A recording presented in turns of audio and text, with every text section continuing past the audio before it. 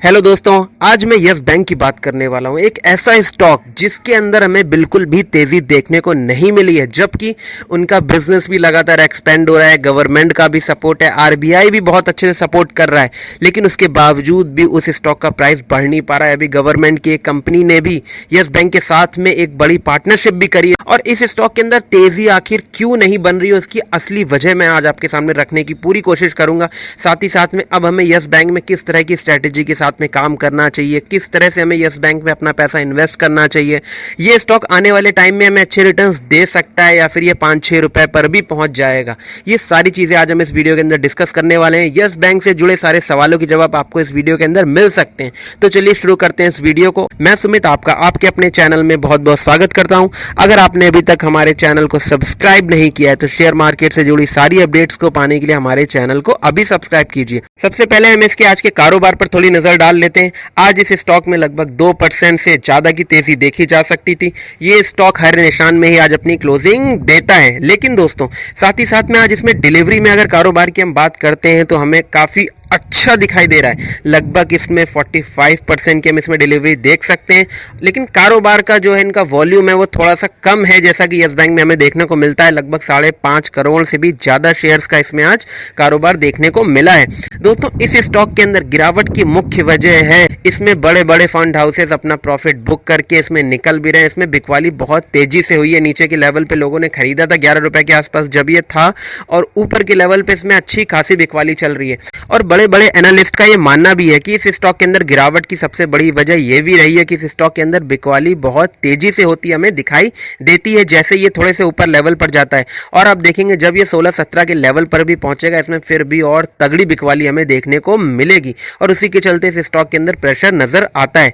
अब हम सबसे पहले बता देते हैं, यस बैंक के लोग बहुत ही बेहतरीन खबर आई थी। NPCI partners Yes Bank to launch contactless solution RuPay on the go.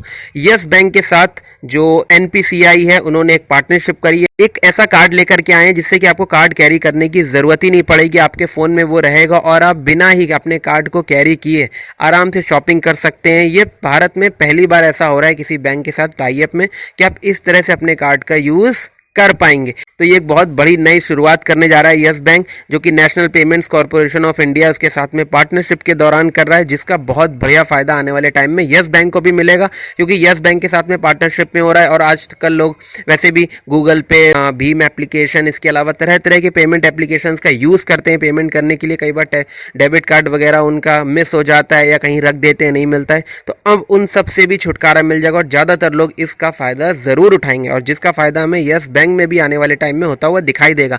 Government का ट्रस्ट लगातार यस बैंक में हमें बनता हुआ नजर आ रहा है, जैसा कि एमएसएमईज के लिए भी यस बैंक नए नए तरह के लोन्स प्रोवाइड करने के लिए स्कीम्स ला रहा है। नितिन गडकरी जी ने भी बहुत सराहा था यस बैंक को एक टाइम पर, कुछ टाइम पहले की ये बात है।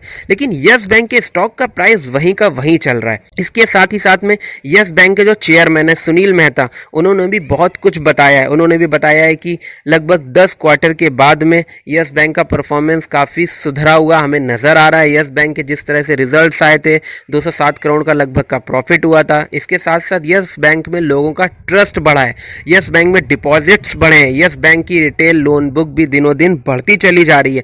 इन सबको देखते हुए यस बैंक आने वाले टाइम में बहुत बढ़िया परफॉर्म करेगा। यस बैंक के रिजल्ट्स और भी अच्छे आने की उम्मीद भी उन्होंने जताई है। लेकिन यस बैंक के अंदर गिरावट का सबसे मेन कारण है इसके अंदर बिकवाली।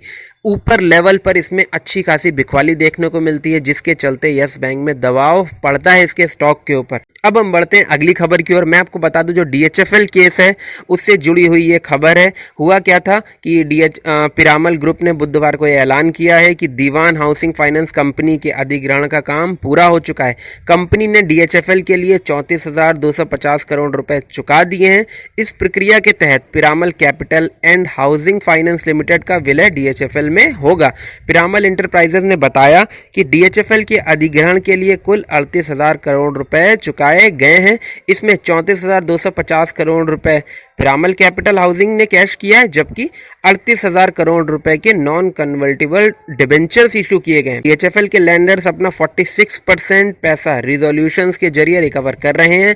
वैल्यू के लिहाज से देखें तो रिवैल्यूएशन के लिए की गई किसी कंपनी को पहली बार ये कीमत मिली है। DHFL से यस बैंक को बहुत ही मामूली सी रकम मिलेगी, जो कि सच है। लोग इसको लेकर के अलग अलग बातें बता रहे हैं, मुझे नहीं पता, लेकिन रियलिटी यही है कि यस बैंक ने जो है इनको कोई लोन डायरेक्ट नहीं दिया था, कोई सिक्योर्ड लोन नहीं था। उसके तहत यस बैंक को बहुत ही कम पैसा मिलने की उम्मीद है यस बैंक का, जबकि पैसा बहुत ज़्यादा फंसा हुआ था।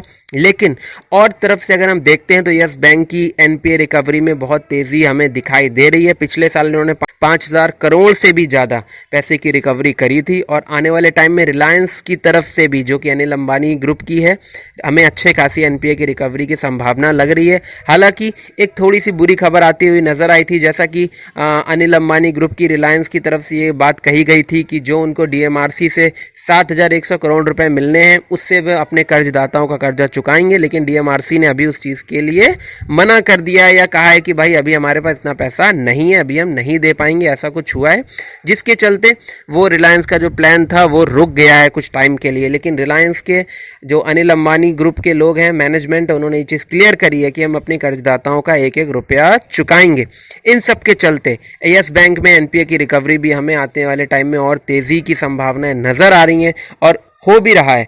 साथ ही साथ में एक खबर और आई है, मैं आपको बता देता हूँ थोड़ा सा हाईलाइट, की जो राणा कपूर की वाइफ है, उनकी जमानत याचिका भी खारिज हो चुकी है। Direct to home DTH service provider dish TV India limited का जो इशू चल रहा है यस बैंक को लेकर के, अभी उसने खत्म होने का नाम नहीं लिया। अभी इनके बीच में वही इशू चल ही रहा है।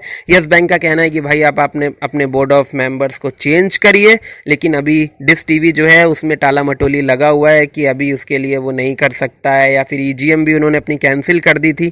इन सब के चलते भी हमें यस बैंक में अभी आने वाले टाइम में अच्छा खासा अप डाउन दिख सकता है।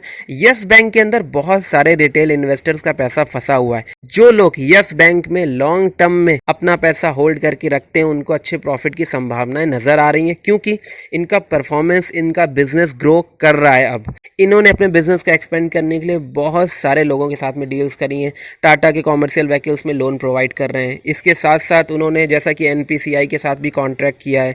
MSMEs को लोन देने के लिए बहुत बढ़ चढ़ कर हिस्सा ले रहे हैं। PNB वगैरह भी इनसे हेल्प ले रहे हैं कि भाई आप क्योंकि इन्होंने एक अमेरिका की कंपनी के साथ में टाई अप किया है कि जिससे कि वो ऑनलाइन अकाउंट्स स्मूथली लोग खुलवा पाए उसमें। तो PNB भी उनसे हेल्प ले रही है यस बैंक से कि भाई हमारी भी उसमें करिए।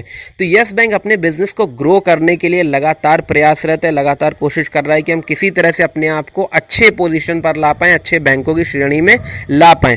इसी के चलते, और मैं आपको एक चीज़ और बता दूं, आपने भी यूट्यूब वगैरह पर भी एड्स आ रहे हैं, यस बैंक अपने नए नए प्रोडक्ट्स भी लेकर आ रहा है। रिटेल पर बहुत ज़्यादा फोकस कर रहा है। जो लोग प्राइवेट जॉब्स वगैरह कर रहे हैं या कहीं अच्छी फर्म में काम कर रहे हैं, उनके पास मैसेजेस वगैरह भी आते होंगे पर्सनल लोन्स के लिए, जो कि यस बैंक धीरे धीरे करके रिटेल कस्टमर्स को पकड़ रहा है, जिससे कि वो अपने बिजनेस को एक्सपेंड कर पाए। अगर आप इसमें लॉन्ग टर्म के नज़रिए से इन्वेस्ट करके चलते हैं, 2 साल के नज़रिए से, आपको ये अच्छे खासे प्रॉफिट्स कमा करके देगा। यस बैंक के अंदर ऑपरेटर भी बहुत एक्टिव है। जैसे ही ऊपर लेवल पर आता है, अच्छी खासी बिकवाली का लोड भी पड़ता है और लोगों पर दबाव बनाया जाता है, जिसके चलते स्टॉक का फिर गिर जाता है। मेरी राय में अगर आप इसमें 2 साल के नज़रिए से इन्वेस्ट करके चलते हैं, तो आपको ये आने वाले टाइम में बहुत अच्छे रिटर्न्स कमा करके दे सकता है। हो सकता है ऐसा भी टाइम आए कि आपको इसमें बाइंग का मौका भी ना मिले। बाकी आप कोई भी इन्वेस्टमेंट करना चाहते हैं तो एक बार अपने फाइनेंशियल एडवाइज़र से चार्ट वगैरह पर रिसर्च करने के बाद कीजिएगा। अगर आपको वीडियो अच्छा लगा है तो हमारी वीडियो को प्लीज़ लाइक करना एंड सब्सक्राइब करना हमारे चैनल को बिल्कुल मत भूलिएगा। Thank you so much for watching this video.